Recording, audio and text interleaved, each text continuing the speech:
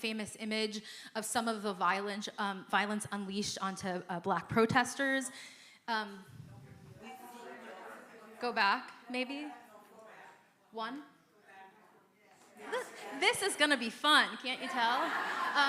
Okay, so on the right, Reverend Martin Luther King on the left, and on the right is, sitting next to him is the Reverend Fred Shuttlesworth.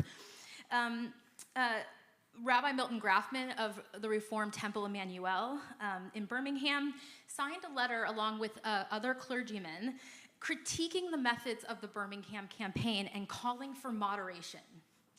While acknowledging the hatred and violence directed towards African Americans, the letter writers, the clergymen, pointedly decried the actions of the civil rights organizers and protesters whose actions, however technically peaceful, they thought were causing too much trouble. And they called for the end of what they considered to be extreme measures. And they argued had no hope of resolving the racial problems plaguing the city and the nation. Segregationists, of course, cried foul, horrified that the clergymen would sort of have the audacity to even consider a call for open negotiations on racial issues. And indeed, they received immense amounts of hate mail. King responded with his now famous letter from Birmingham jail, written on April 16th, in response to these 8 clergymen. You wanna go to the next slide? We got it. Oh, maybe we could go to the Milton Grafman one, yeah? So this is Rabbi Milton Grafman of Temple Emmanuel. This is an original copy of King's letter from a Birmingham jail addressed to the 8 clergymen who had called publicly for moderation. All right, we could go forward. And so King responded with this letter, and in perhaps the most oft-quoted part of the letter, I know you probably can't read it, but I'm going to read part of it for you.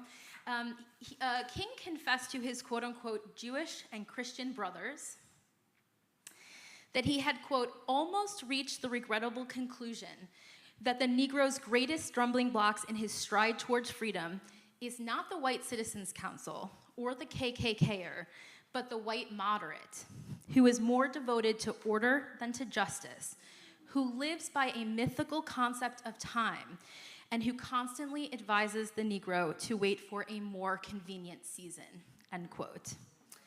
Reverend Fred Shuttlesworth was even more pointed about the clergyman's moderation, and indeed Rabbi Milton Grafman's. He said, quote, this is Fred Shuttlesworth talking about these clergymen and particularly about Rabbi Grafman. He said, quote, it was good that Grafman said something, spoke out, but it was nothing special. Many clergy are always on the wrong side, going the wrong way. The rabbi thought he was making history, and he was, but the wrong kind. So he would speak out, but when it came to acting against injustice, he wouldn't be for that. Most high churchmen want to sit back and not be with the people, but they should get out and march with the people. In Birmingham, people were afraid of offending others. One right preacher said that if he preached the real truth, he wouldn't have a pulpit. I said, try it one time. You'll find another pulpit. Yes, I think Rabbi Grafman is a bigot. Jesus would classify him as a bigot, and other preachers too. If people think that simply going to each other's churches is something, then I say it's much ado about nothing. People ought to live and work with one another every day. Sunday morning is still the most segregated time of the week. In other words, from the position of the black leaders of the civil rights movement, Southern rabbis like Rabbi Grafman were falling far short. Among Birmingham's Jews, however, Rabbi Grafman's congregation refrained from publicly denouncing his actions, but they were deeply uncomfortable and leery about security and that of the temple, their security and that of the temple. Notably, Grafman received some of the most vicious criticisms from northern Jews, many of whom sent him letters accusing him of betraying his own faith and queried how a rabbi acquainted with the persecution of his own people could side with hatred and bigotry in his call for moderation. If, on one hand, Grafman was being pressured for not doing enough by Black leaders, and pressured by the KKK and white citizens' councils for doing too much, and in disagreement with his own congregants about how much or in what ways Jews should be involved, the arrival of 19 Northern conservative rabbis 2 weeks later, in May, added another layer of complications. Here I mean conservative rabbis, not politically conservative, but affiliated with the conservative movement, right, which is a kind of centrist American Jewish movement that is looking for some accommodation between tradition and change. During a meeting of the Rabbinical Assembly, the conservative rabbinate's governing body, the rabbis had concluded that they had to meet the responsibility of the day by joining the protest movement. They immediately headed south. They had been in a New York meeting, they got fired up, they jumped on a plane.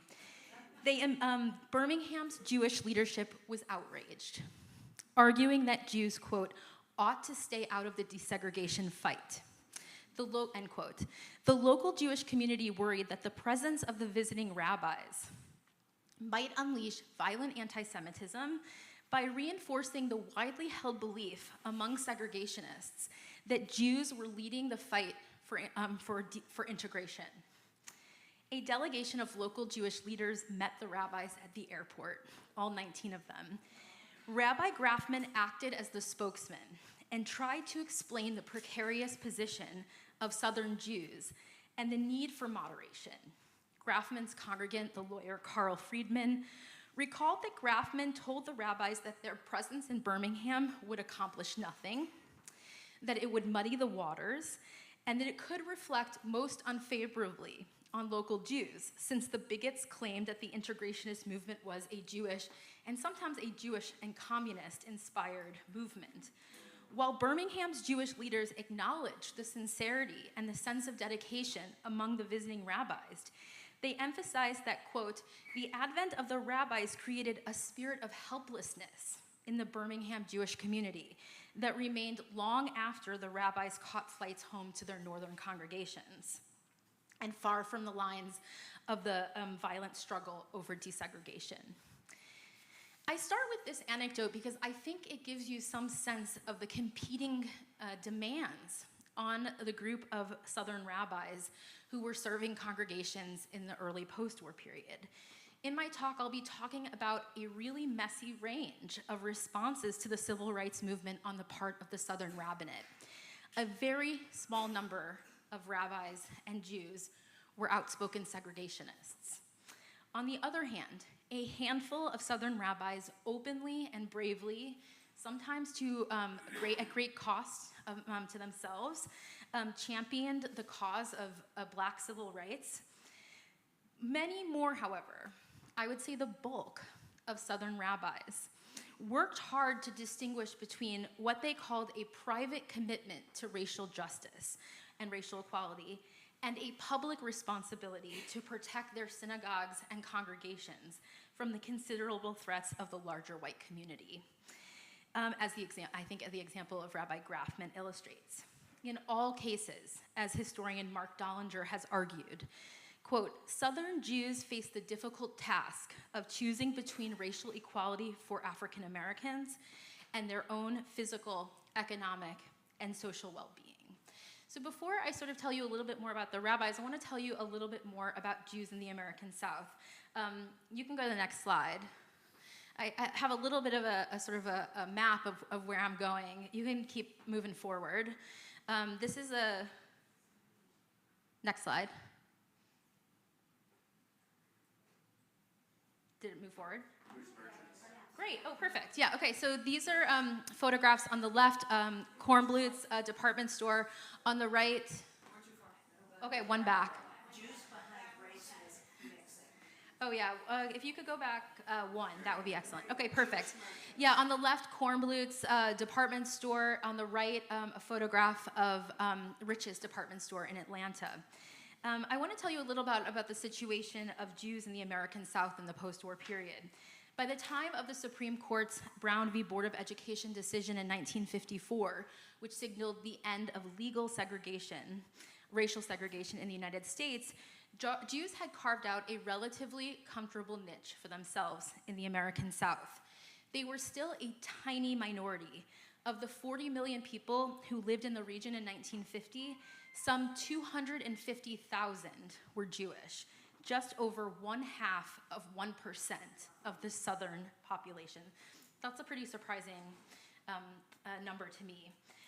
Their central role in the retail trade, however, offered Jews the ability to sometimes exert an influence disproportionate to their numbers.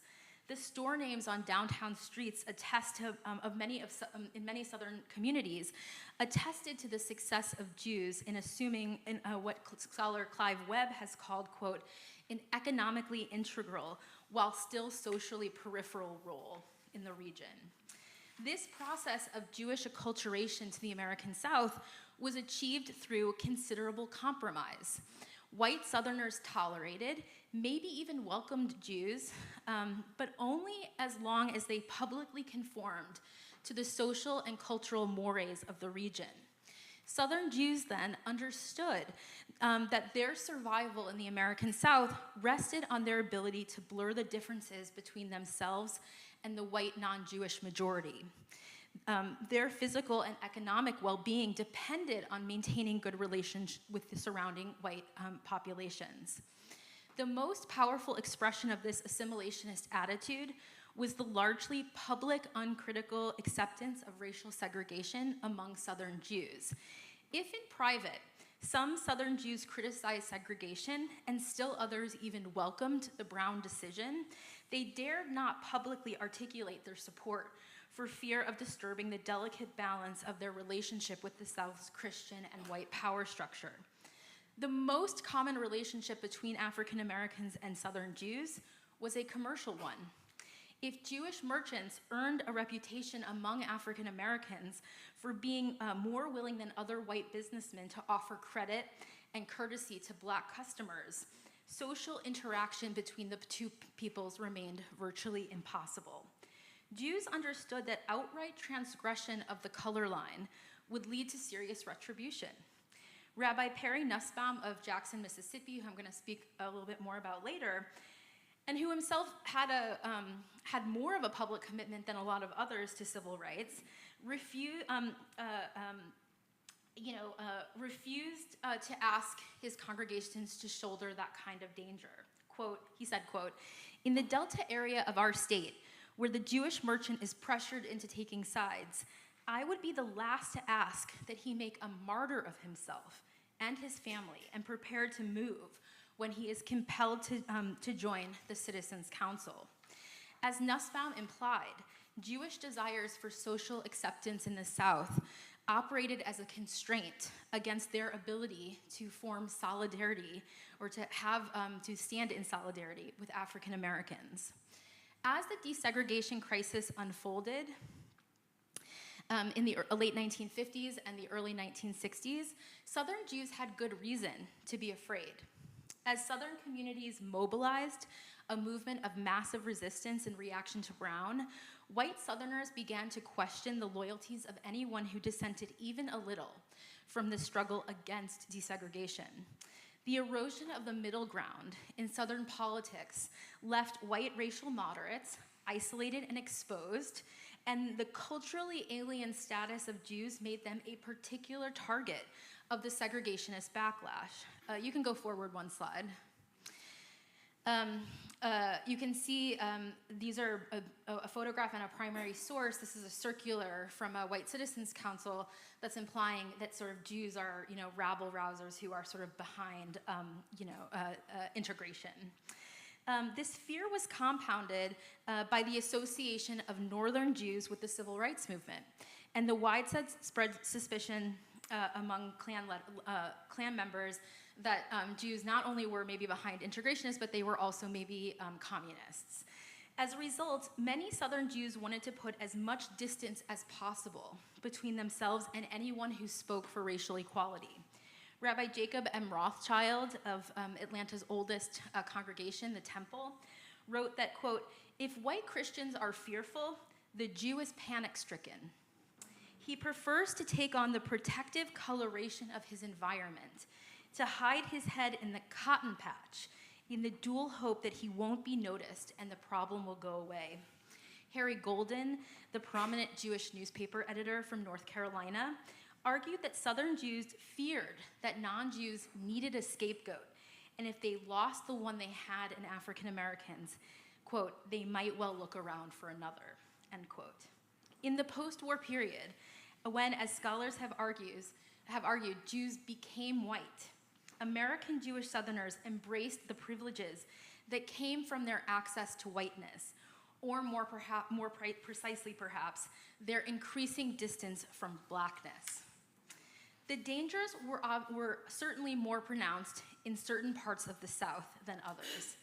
Jews were especially vulnerable in the small towns of deep southern states, such as Mississippi and Alabama. In 1964 in Birmingham, where we began, Jews numbered 4,000 out of an overall population of 630,000. Tiny minority. And their rabbi described the community as very, very vulnerable. Montgomery had 1,800 Jews among a population of 134,000. But even in the larger cities of Atlanta and New Orleans, Jews were confronted with outbursts of anti-Semitic rhetoric, death threats, and bombs. At Temple Beth El in Charlotte, North Carolina, 11 sticks of dynamite were found in November 1957. Within 8 months, similar incidents occurred in Gastonia, North Carolina, and Birmingham, Alabama. In March 1958, Miami's Temple Beth El congregation was bombed, and the congregation's rabbi, Abraham Levitin, received threats not to preach about integration. When the temple was bombed in Atlanta in October 1958, Rabbi Jacob Rothschild acknowledged that it had happened at least in part because he was, in his own characterization, quote, so obviously identified with the civil rights movement. He also argued that it was not only about civil rights, it was also about anti-Semitism, of course. In addition to the threats of physical violence, public support for civil rights opened Southern Jews to threats of economic boycotts by white Southerners, their customers. On the other hand, refusal to join the struggle for civil rights invited action from African American customers. When Martin Luther King Jr. organized a picket line around a store in Birmingham, Alabama, the community's Rabbi Milton Grafman appealed to King for understanding, arguing that his congregants were, quote, caught in a vise between Negroes and the whites they couldn't win for losing, end quote. As Isaac Tubin explained in The Southern Israelite, quote, Jews who espouse and defend the cause of civil rights jeopardize the security of isolated Jewish communities in the South, threaten their social integration and economic position, and ultimately even their safety. One rabbi explained that, quote, the vast majority, however doubtful they may be about the morality of segregation, will neither express integrationist sentiments nor identify themselves with the integrationist movement. Southern Jewish safety and survival, in other words, demanded a public acceptance of the status quo. It's worth noting that much of the polling data from this period suggests that indeed American Jewish Southerners did stand to the left of the larger white community, but they insistently sort of said, this is not something we can talk about out in the open. These security concerns prevented even those who considered themselves liberal, especially rabbis, from acting publicly. Southern rabbis occupied a precarious position in Southern Jewish life. Almost all felt some level of sympathy to the movement for Black civil rights, yet the congregants they were hired to serve often insisted that politics stay off the pulpit. You can move forward one slide. This is a map of some of where the bombings happened. Yes, great. In the American South between 1957 and 1958. More come later, actually. And you can go one more slide. This is Rabbi William Malev, who was a conservative rabbi of a congregation Beth Yeshurun in Houston, one of the South's largest conservative congregation. He stands as one of the outliers, one of the most notable examples of a rabbi who believed in the prevailing status quo of racial segregation. Malev challenged the arguments made by Northern Jews that Jewish morality demanded a defense of racial equality. Using segregationist language, Malev redefined traditional notions of Jewish social action to advance a Southern interpretation of Jewish ethical responsibilities. Echoing his Southern Christian neighbors, Malev objected to the fact that desegregation was, quote, not to take place naturally and normally in the community in which white and colored children live, but they are actually to be compelled by city ordinance to go to the same schools, even where the natural centers of population do not indicate it, end quote. Writing to his colleagues in the journal Conservative Judaism in 1958, Malev reminded his fellow rabbis that there existed, quote, no constitutional principle which decrees that integration must be compulsory for white and colored people, but rather that the Supreme Court had only stipulated that there can be no compulsory segregation, end quote. Unsurprisingly, Malev was one of the loudest voices who criticized national Jewish organizations for what he considered to be their ignorant intrusion into Southern politics, which he suggested had not helped the cause of desegregation and had certainly not made the Jew more popular among his neighbors. Malev recommended that national Jewish defense organizations, here he's mostly talking about the Anti-Defamation League of B'nai B'rith, the American Jewish Committee, and the American Jewish Congress. He recommended that these national Jewish defense organizations stop their, quote, unfortunate habit of beating the drum on every possible occasion, end quote, and instead argued that Southern Jewish leaders should be left to be the spokesmen for their communities.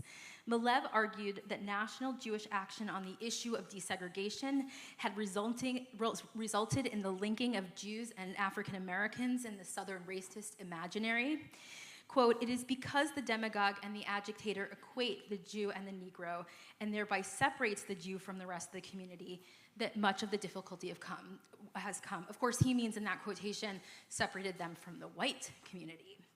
Most of all, Malev resented the calls from Northern Jewish institutions for Southern Jews to do more. This is what I have on my slide. He said, I quote, I reject any claim on the part of the national defense organizations to impose martyrdom upon the unwilling Jews of the South and to bask in their reflected glory at their self-sacrifice. It would seem to me that if they think so much of martyrdom, they ought to come down south and try it for themselves. He argued that Northern Jewish organizations represented only Northern Jewish interests and failed to understand the unique position of Southern Jews, and did so in the most offensive way, he claimed, describing Northern Jews as, quote, speaking with arrogance, looking down their noses at the backward and timid Southern Jews, and sometimes committing blunders because of their incomplete knowledge of the situation, end quote. In summation, he argued, quote, I submit that, under the circumstances, the excessive and aggressive propaganda of the national organizations is a distinct and tragic disservice to the Jews of the South. Even those rabbis who, to varying degrees, spoke out in favor of civil rights found some common ground with Rabbi Malev on the issue of national Jewish organizations and their public support for civil rights. The reform movement was in many ways at the very forefront of this effort as they tied their notions of prophetic Judaism to the struggle for Black civil rights. By prophetic Judaism, I mean here the notion that grew as early as the 19th century in reform spaces that Jews in the modern world were obligated to follow in the pathway of the Hebrew prophets in working towards a just society on earth. When the Central Conference of American Rabbis, the Reform Rabbinate's governing body, went on record in support of equal employment opportunities for African Americans, Rabbi Milton Grafman from Birmingham, where we began, was furious. Quote, my colleagues who have shouted the loudest have not been willing to take Southern pulpits, period, Grafman insisted. His critique turned intensely personal, suggesting that Northern rabbis spoke of high morals but chose material success. Quote, they like their $15,000 and $20,000 pulpits, he argued, before issuing a challenge to his colleagues. Quote, if you are truly sincere about your prophetic Judaism, then you would not hesitate to take a pulpit in Gadsden, Alabama for $9,000 a year. This is what a prophet does. but he has no right to tell somebody else to commit economic suicide unless he's willing to make a sacrifice himself, end quote. Tensions between Northern and Southern Jews peaked in the summer of 1961 when dozens of Jewish volunteers traveled on buses to Mississippi as part of the Freedom Rides, which had been a campaign organized by the Congress of Racial Equality and probably also the Student Nonviolent Coordinating Committee, which aimed to challenge the non-enforcement of desegregation on interstate buses. Some estimates suggest that as many as 2/3 of all of the white freedom riders who rode south were Northern Jews. In many places, freedom riders faced physical assault and the firebombing of buses. But as the buses continued to travel southward, locals remained to face the ire of segregationists. In Birmingham, Rabbi Grafman condemned the freedom riders for upsetting the balance between Jews and their white neighbors. From his perspective, the freedom rider, quote, doesn't have to live with these people, but we do. And our people have got to live with them, end quote. Southern law enforcement officials arrested scores of freedom rider protesters, resulting in dozens of Jews in Southern jails awaiting trial. Rabbi Perry Nussbaum of Jackson, Mississippi stands in some ways like Rabbi Grafman as an example of the constraints that Southern rabbis faced in the Deep South in particular. Nussbaum was roused to the cause of civil rights in part because of his experience with those scores of Northern Jews languishing in Mississippi jails in the summer of 1961. Nussbaum had been raised in Toronto. He was the son of working-class Galician immigrants. He had attended an Orthodox synagogue as a child, but he chose to become a Reform rabbi, and he was ordained from Hebrew Union College in Cincinnati in 1933. Nussbaum served as a chaplain in World War II and a number of pulpits around the U.S. before taking the pulpit at Beth Israel in Jackson, Mississippi in the fall of 1954, just months after the Brown decision was handed down. You can go to the next slide. You see Perry Nussbaum? On the left, that's Rabbi Nussbaum speaking. On the right, it's a photograph of him in front of Congregation Beth Israel in Jackson. In his first few years there, Nussbaum's activities in the area of civil rights were rather limited and mostly consisted of working to establish relationships with moderate clergy and politicians who shared his fear of the rising power of what he called the extremist right, which for him meant radical segregationists and anti-Semites. Has a kind of modern ring to it, doesn't it? He did, however, on occasion, prod his congregation on the issue of race relations. In his sermon for Rosh Hashanah, the Jewish New Year in 1955, Nussbaum stressed the common bonds between Jews and African Americans. Quote, "The Negro believes, as you and I have been taught, that God has made man in his image. There is nothing in his Bible to the contrary. He believes, as you and I have been taught, in the innate goodness of every man, whoever he is and wherever he is. He believes what you and I as Jews have hungered for ourselves during our 1900 years of history, that every man has a natural right to share in God's gifts, the right to lift himself up, to give his children the best possible training, the right to economic security, the right to political equality. Even as he maintained that all Jews, including his own congregation, should advocate for freedom and equality for all, Nussbaum was careful not to shame his congregants who operated with more circumspection than he did, given the precariousness of Southern Jews. He refused to condemn even those Southern, mostly rural Jews who joined segregationist citizens' councils in order to stave off social ostracism, boycotts, or worse. Between his appointment in 1957 and the Freedom Riders in 1961, Rabbi Nussbaum faced a series of situations that transformed his attitude from quiet prodding to a slightly more public confrontation on the issue of racial equality. First, the growing power of the Jackson chapter of the Citizens Council tested Nussbaum's cautious approach. By 1958, the Citizens Council had built up a card file containing the racial views of nearly every white person in the city.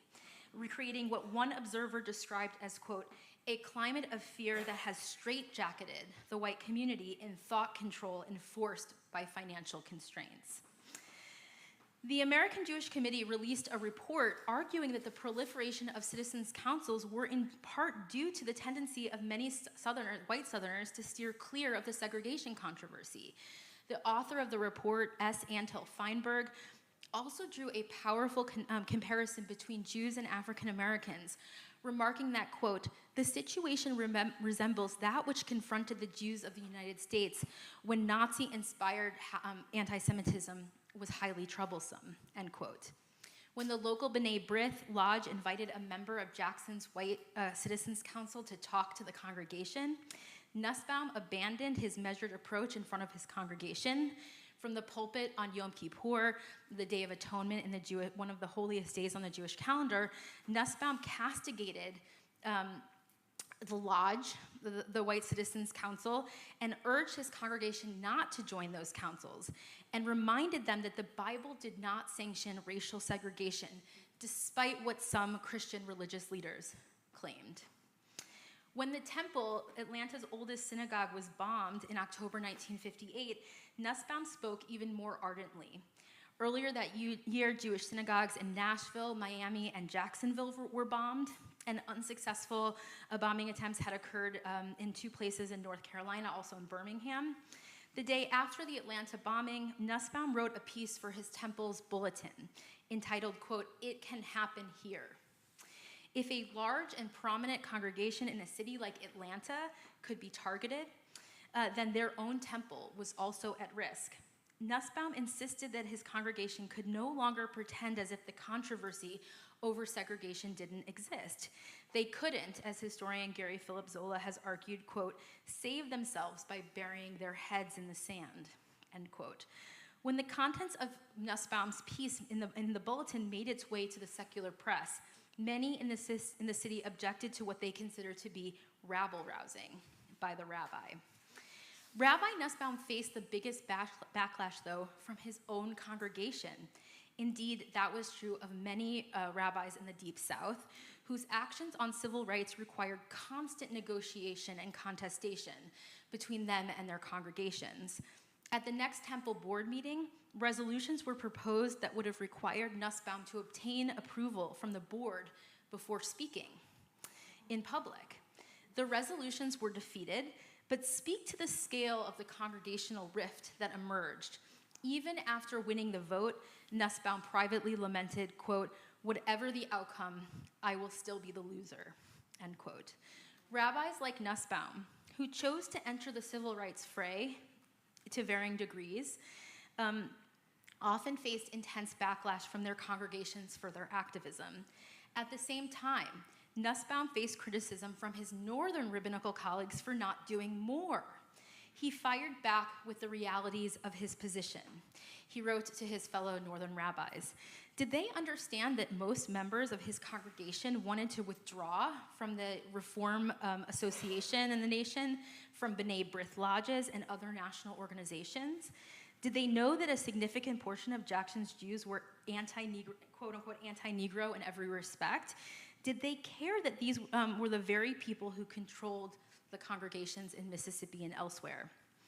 Nussbaum also faced consternation from a fellow Southern rabbi who was one of the most outspoken, I'm going to get to next, when Nussbaum agreed to speak on the campus of the University of Mississippi.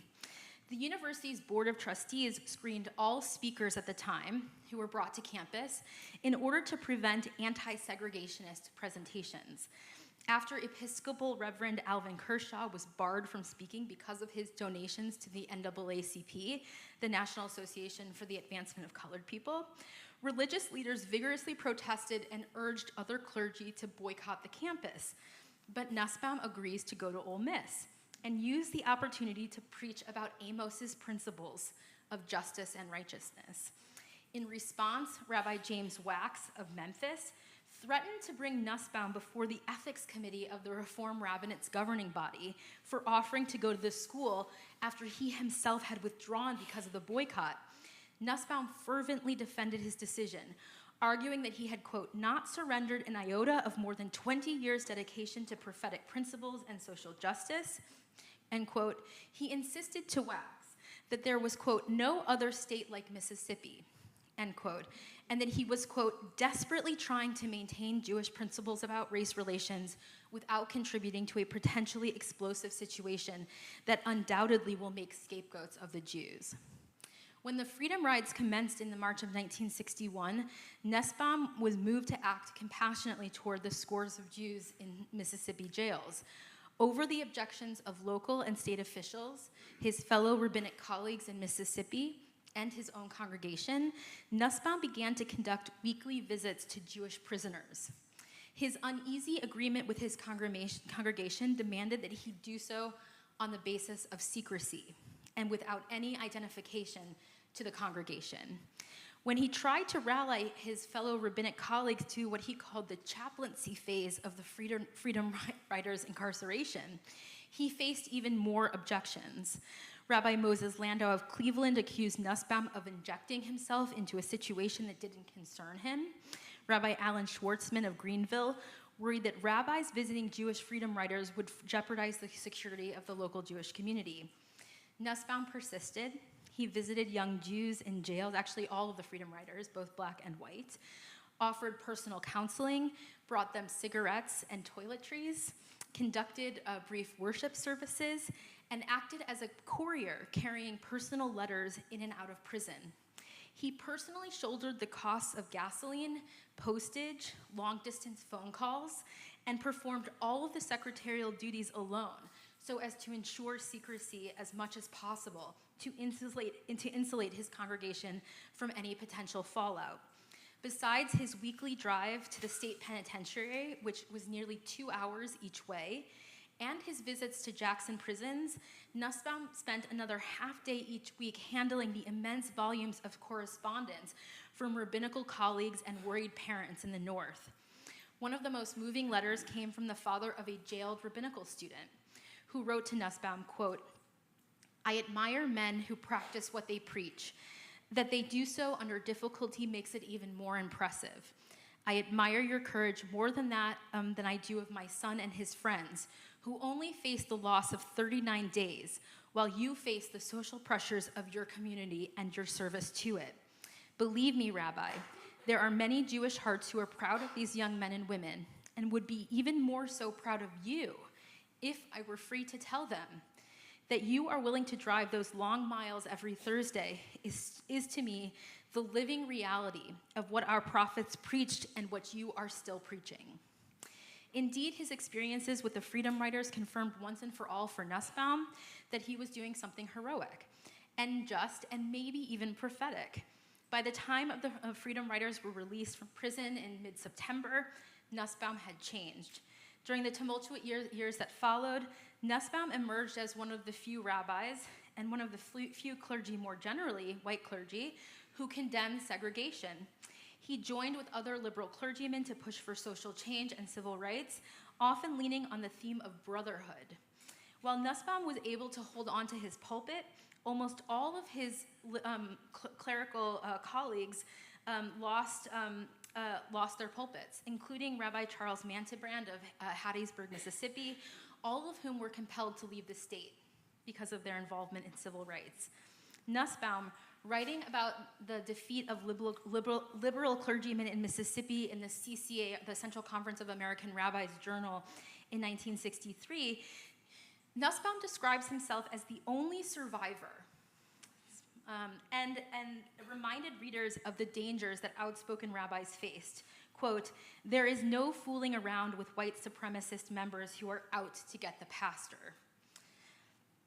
So this survivor is running scared. You can go to the next slide. This is Perry Nussbaum. This is a photograph on the right of him standing in the wreckage of a bombing of his synagogue. He posed a series of powerful questions to his northern rabbinical colleagues and the difficult circumstances in Mississippi. Quote, what is your considered counsel now for that sole survivor? He's talking about himself.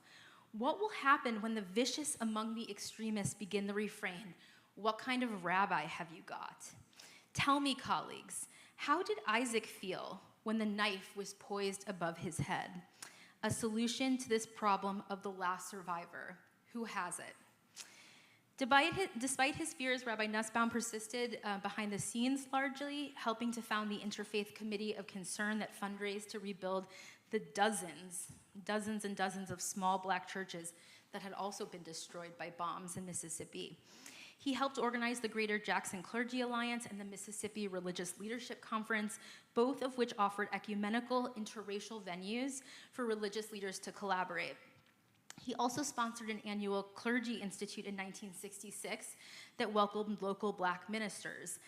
When Temple Beth Israel dedicated its new building in March of 1967, Nussbaum invited black leaders to the dedication.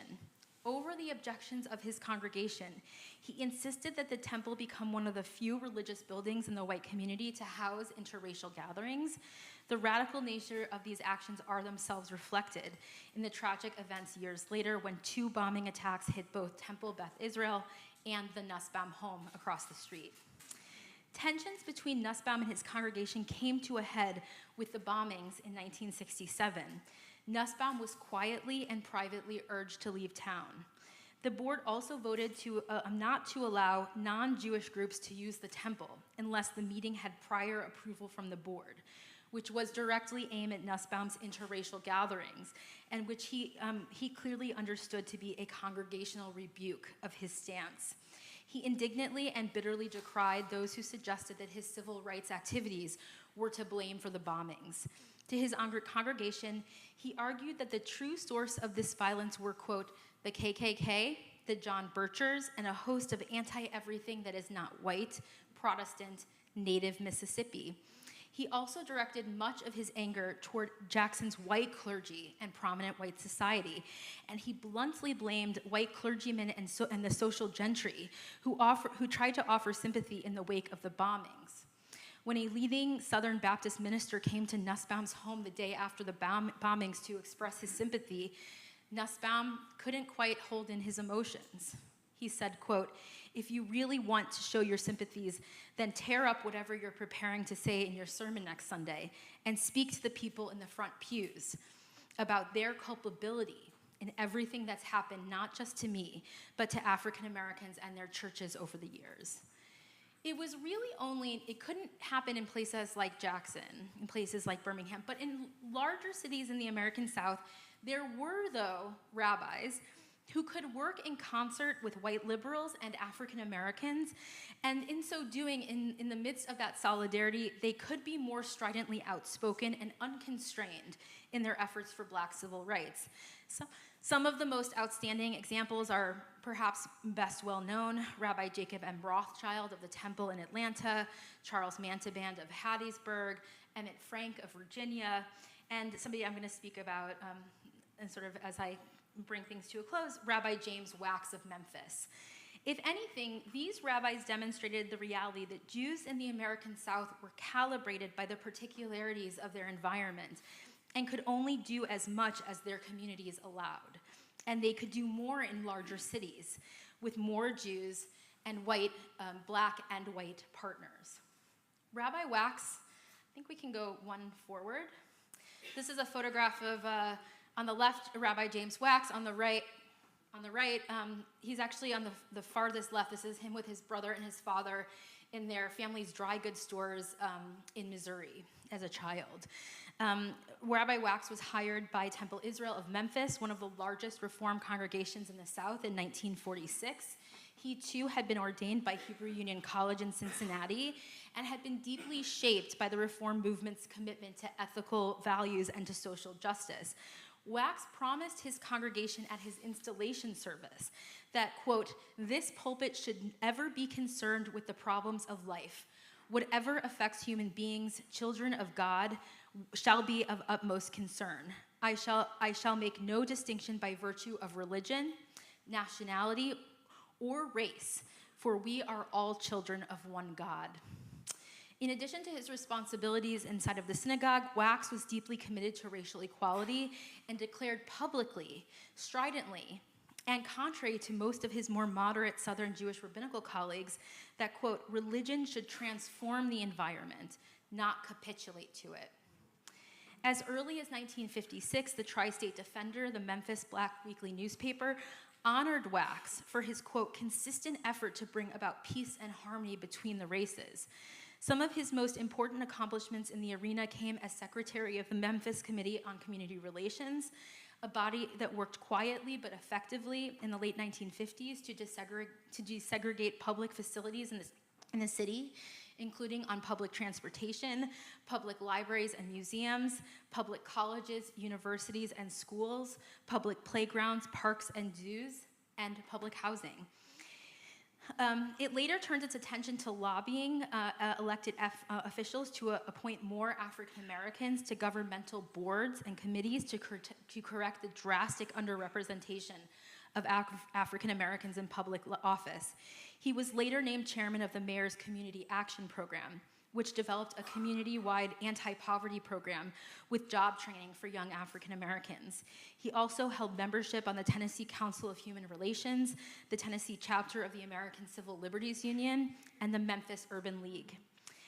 Rabbi Wax's involvement in civil rights was brought to the attention of the nation on Friday, April 5th, 1968, the day after Martin Luther King was assassinated, while standing on the balcony of the Lorraine Hotel in Memphis, and more than a month into the Memphis sanitation workers' strike that had been the original reason for King's visit to Memphis. Memphis city sanitation workers, more than 90% of whom were Black, were the lowest paid municipal employees and faced unbelievably difficult working conditions without overtime or holiday pay. 2 sanitation workers had been crushed to death in a city garbage compressor in January, which was the immediate catalyst for a strike that had begun in early February 1968. Memphis Mayor Loeb, himself a Jew, held a no-compromise stance and refused to negotiate with local organizers, striking workers, or others in the community. The Memphis Ministers Association quickly arranged for a memorial service on Friday morning for Reverend King, after which the clergymen gathered at the crypt of St. Mary's Episcopal Cathedral to prepare a statement, urging Mayor Lowe to take immediate action to peacefully resolve the strike. As head of the Ministers Association, Wax led some 250 clergymen on a march from the cathedral to the mayor's office after the memorial service. Marching in pairs, Black and white, the clergymen arrived in Loeb's office, in a room filled with police officers, ministers, and television cameras, and a shotgun under the mayor's desk. A prepared statement from the Ministers Association was read aloud. Then, Reverend James A. Jordan, pastor of the historic Beale Street Baptist Church, delivered an impassioned plea for justice. Finally, moved by his own emotions and the gravity of the situation, Rabbi Wax extemporaneously admonished Mayor Loeb. You can go to the next slide. This is what he said. There's actually footage of this.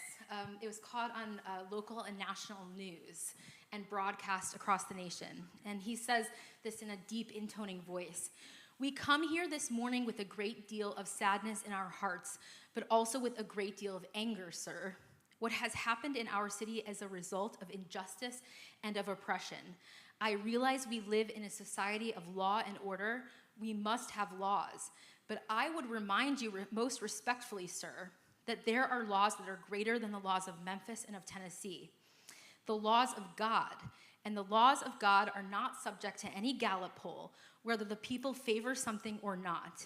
It is our fervent hope and prayer, sir, that as the first citizen of this community, that you will speak out in favor of human dignity for every person, and that every person in this city can live with dignity and self-respect. The laws of God come before the laws of any law book written by man. Let us not hide behind legal technicalities. Let us not wrap ourselves up in slogans. Let us do the will of God for the good of the city." Wax's involvement in the movement for civil rights was certainly in part a reflection of his own deeply rooted commitments to justice and equality, but he was also able to speak out and act far more publicly and committedly than most of his Southern rabbinical colleagues because he had partners with which to act, including Black and white civil rights leaders, Black and white ministerial colleagues, and other white liberals who pushed for change in the status quo. In the large and bustling city of Memphis, Wax found himself far more insulated than his colleagues of smaller towns in the Deep South, such as Rabbi Nussbaum or Rabbi Grafman. The last slide, next. In the end, historians face real challenges assessing the legacy of these Southern rabbis. If you spend any time in an American Jewish community, you've likely seen this photograph before. It is a famous photograph, nearly ubiquitous in Jewish spaces, of Rabbi Abraham Joshua Heschel walking arm in arm with Martin Luther King, John Lewis, Ralph Abernathy, Ralph Bunche, and the Reverend Fred Shuttlesworth in Selma, lays around their neck. Liberal American Jews have used this photograph to extrapolate the idea that American Jews were some of the most committed activists in the movement for Black civil rights. They're not entirely wrong. Many Jews did join the ranks of the brave African Americans who fought for civil rights, often at great personal costs. And American Jews continued to be inspired by Heschel's description that he felt that in this moment he was, quote, praying with his feet as he marched across the Edmund Pettus Bridge, especially as the Black Lives Matter movement has forced the nation to reckon anew with the continued realities of racial discrimination faced by people of color. My undergraduates at Emory, from the vantage point of today, when learning about this history, often imagine that one can easily decide who was on the right side and who was racist. If only it were that easy. Yet, as the example of Southern rabbis has shown, the question of Jewish involvement in the civil rights movement is much messier and complicated than a bifurcated and presentist sense of morality can allow for.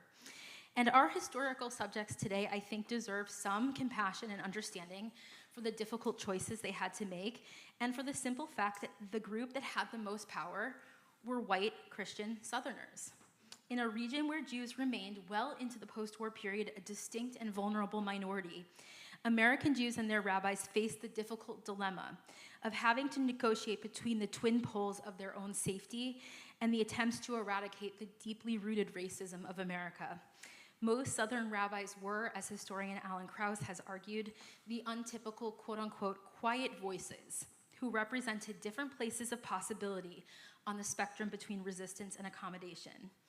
I think it remains to be seen how American Jews today will choose to reckon with the realities of white privilege and white supremacy, the continuing injustices faced by African Americans and other people of color, and hopefully to find new ways of reimagining models of solidarity between African Americans and Jews. I think I'll stop on that note, and I will be thrilled to take any questions from you.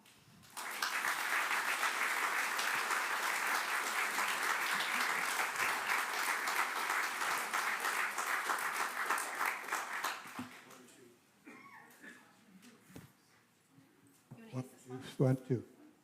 If you have a question.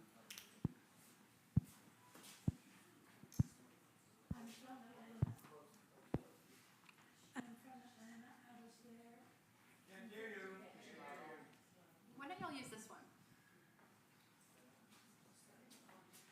It definitely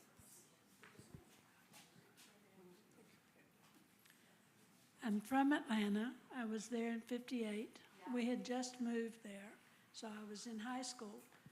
I am curious to know about whether they were Reform or conservative rabbis, if you had just the three to choose from.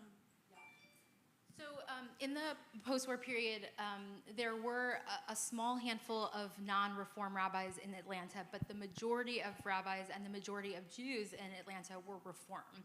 And so they,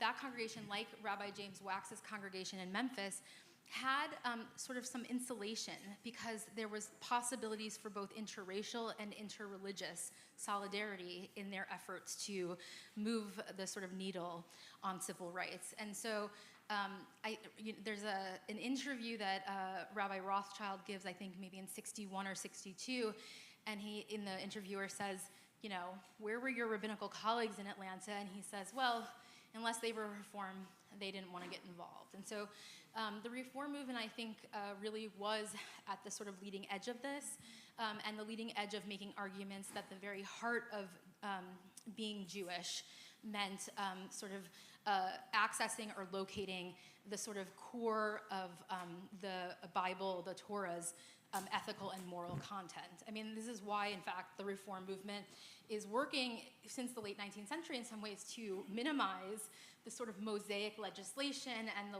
Jewish law in the Bible, and instead to focus on the prophets. Thank you for your question.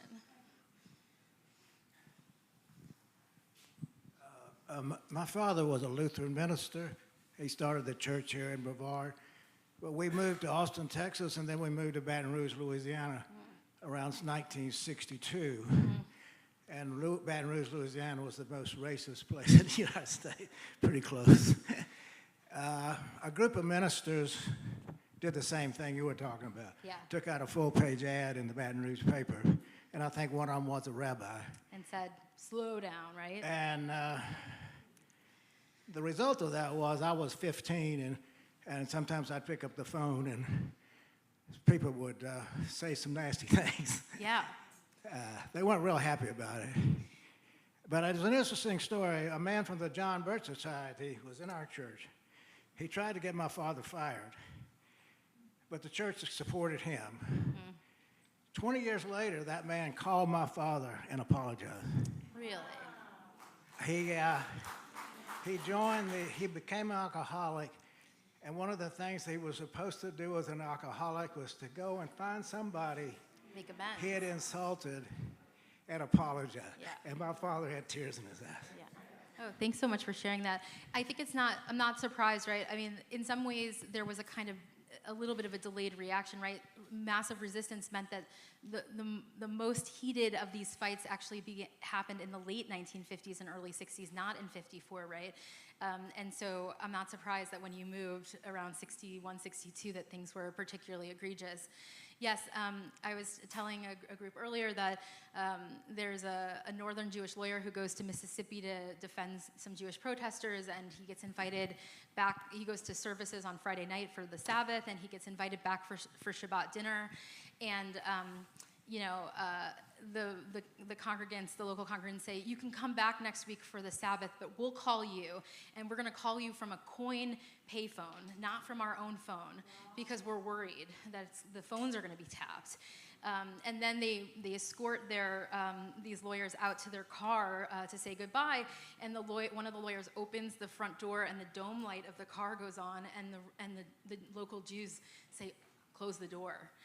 Our neighbors cannot see that we are consorting with you. And so, yes, this, death threats over the phone, death threats through the mail.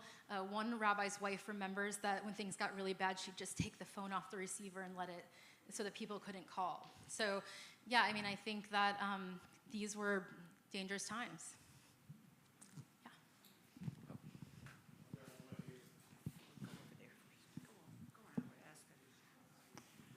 Can I ask a rather technical Jewish question here? I'll try hard to answer. Okay. If you have described the difference between the Reform and the non-Reform in this, those who were adherents of prophetic Judaism versus, if you will, Talmudic Judaism. Yeah.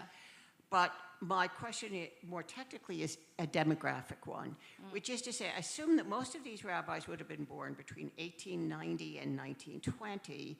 Therefore, we're not very far removed from a European past, but there would have been a difference between those from Eastern Europe and those with a German past, and then, in fact, lived as Americans through the impact of the Holocaust. Yeah. So I wonder if you could sort of demographically break that apart for us. Yeah. Thank you for asking that question. One thing I should have said explicitly actually is that Rabbi William Alev, right, who's sort of the farthest right on this spectrum, he's born in Russia and immigrates as a child. And so in some ways it makes a little bit more sense, right, that he is even more cautious than his more liberal colleagues. But most of the rabbis that we're talking about in the South are mostly of Ashkenazic origin, the children of immigrants who had arrived between 1880 and 1950 in World War I, 1914, 1915. And they were at the head of congregations that in some ways had their own internal demographic split, right? On one hand, there was an older generation of mostly German Jews who had arrived earlier in the 19th century, in the 1830s, 1840s. These were German Jews who started off mainly in the American South as peddlers.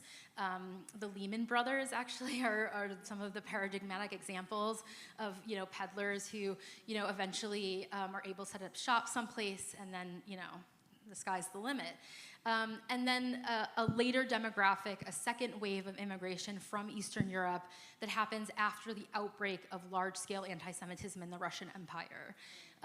Sometimes when I'm in Atlanta, I'll take my it's a weird thing to do. I'll take my visitors to Oakland Cemetery, which is the oldest municipal cemetery.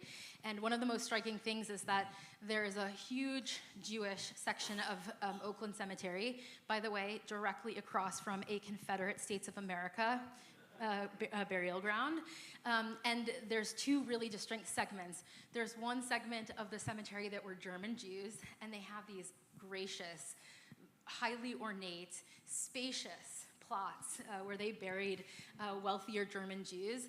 And then they actually eventually, the German Jews sell a part of their plot in the cemetery to Eastern Europeans, and it's like Tetris.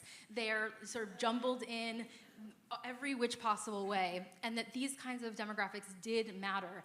I think that the older German generation of Jews that had been in the South longer had made further inroads in making sort of common cause with sort of white Christian Southerners, although there were still real clear limits. Notably, Jews were barred from country clubs. They were unlikely to be, or more infrequently, they might have some social relationship, but not being invited into each other's homes.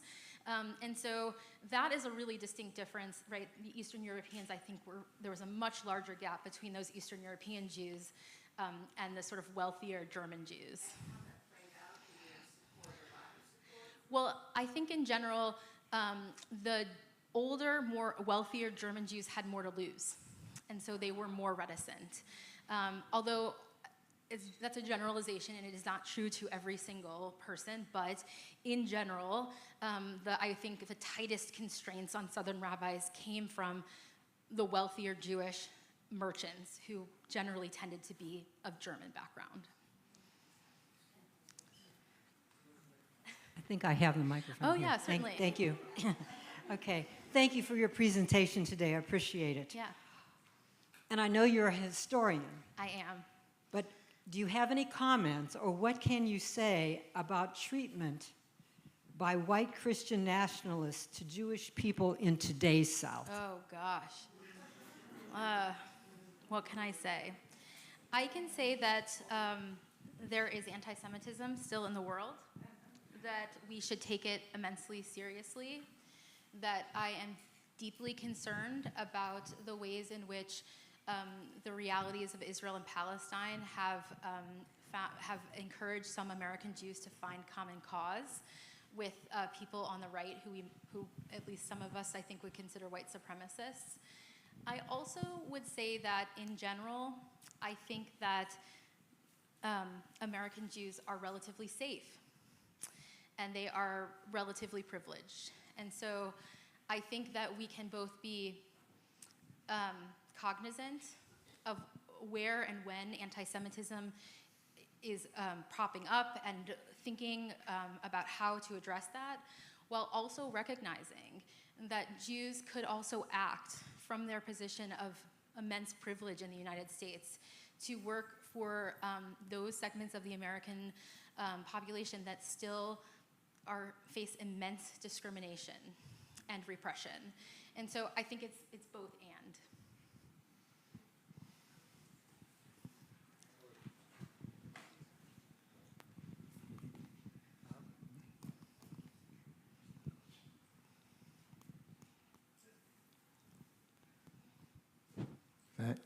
First, thank you very much, because I thought I was fairly familiar with this history, and what you said was truly illuminating, and thank you. really appreciate it. My question is this: what role did ADL, which was then part of B'nai B'rith. What role, where was it in terms of your story in the 50s and the 60s, and where do you see ADL as being now on these issues? Yeah. So the ADL is one, I think, the first of the the Anti-Defamation League of B'nai B'rith. They are one of the earliest and loudest Jewish groups that is yelling at the top of their lungs that segregation is a national moral failing that has to end. They're motivated to do so in part because they understand that Jews are not safe in a society where African Americans are not safe, and they're making an argument that that both people's liberation is connected, and they are unabashedly shouting from the rooftops their position. They're releasing position papers.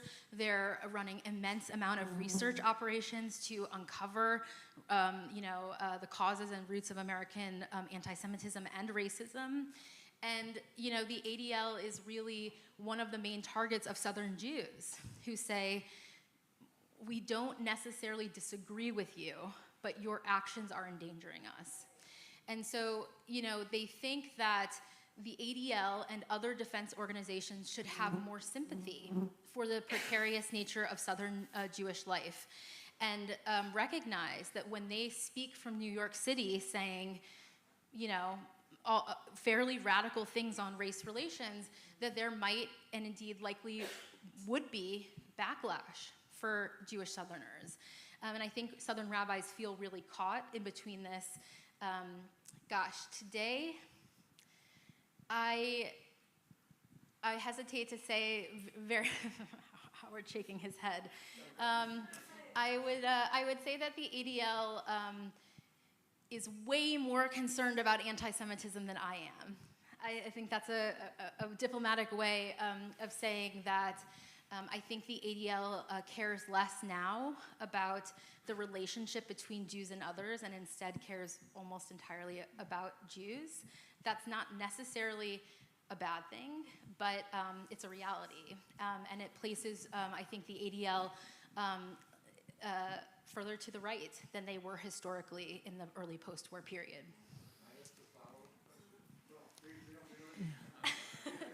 Howard does not want me to talk about this. Yeah, of course.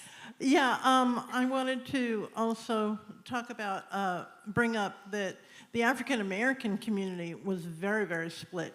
In Condoleezza Rice's autobiography, she talks about how critical her father was against Shuttleworth, Reverend Shuttleworth. And also there were white Jewish people lawyers that had their offices bombed. Southern Poverty Law Center and Josh Stein's dad.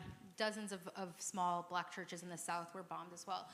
Yes, I think you're bringing up a really important point, that in the same ways that Jewish communities were divided about the way forward on black civil rights, black communities themselves were split, not always exclusively along a generational line, but sometimes. And there was an older black Southern society that thought that Martin Luther King and Shuttlesworth were dooming the possibilities of progress. So yes, they were not clear cut, everybody's on the same page. There was contestation all around, certainly.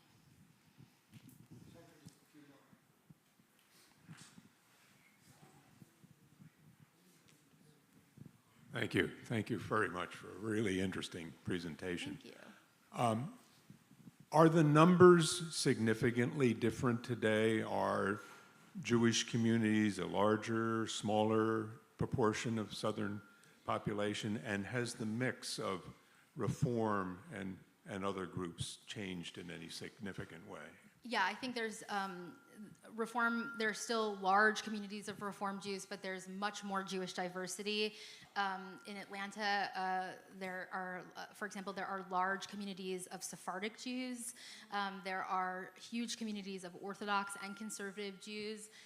There are also lots of unaffiliated Jews, which is perhaps maybe the largest category growing among American Jews. The thing demographically that I think is most interesting is that in the interim time period, what has changed the most is the location of Southern Jews, who by and large don't, in large numbers, live in small Southern towns anymore. They have largely moved to metropolitan areas like Atlanta, Memphis, and New Orleans and elsewhere.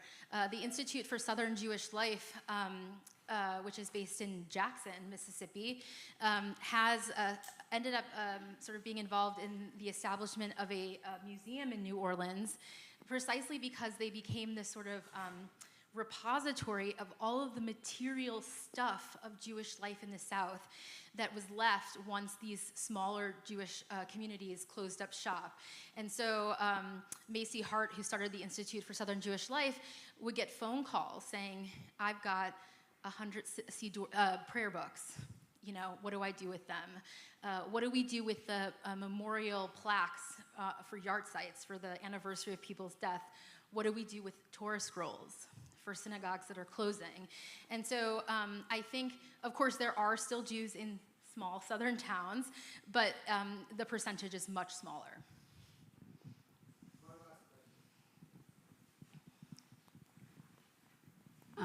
I grew up in up north and Queens, New York, and I was very moved when you talked about the Civil Rights March when they walked across the bridge, and Ralph Bunche was one of the people that marched. So I have a memory that I'd like to share.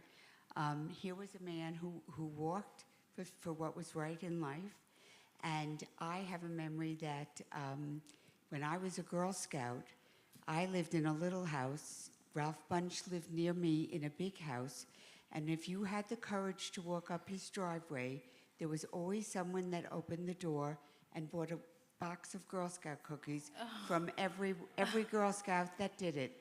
And I'm an educator, I'm a Holocaust educator, and it's a wonderful story to know and to share.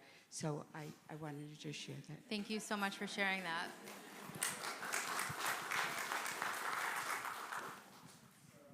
Thank you so much for a great presentation.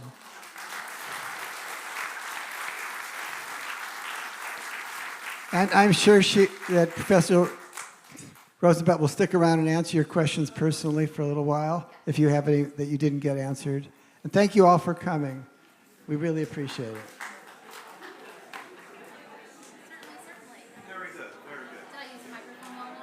We still have cake and water back here in the back that you need to take with you.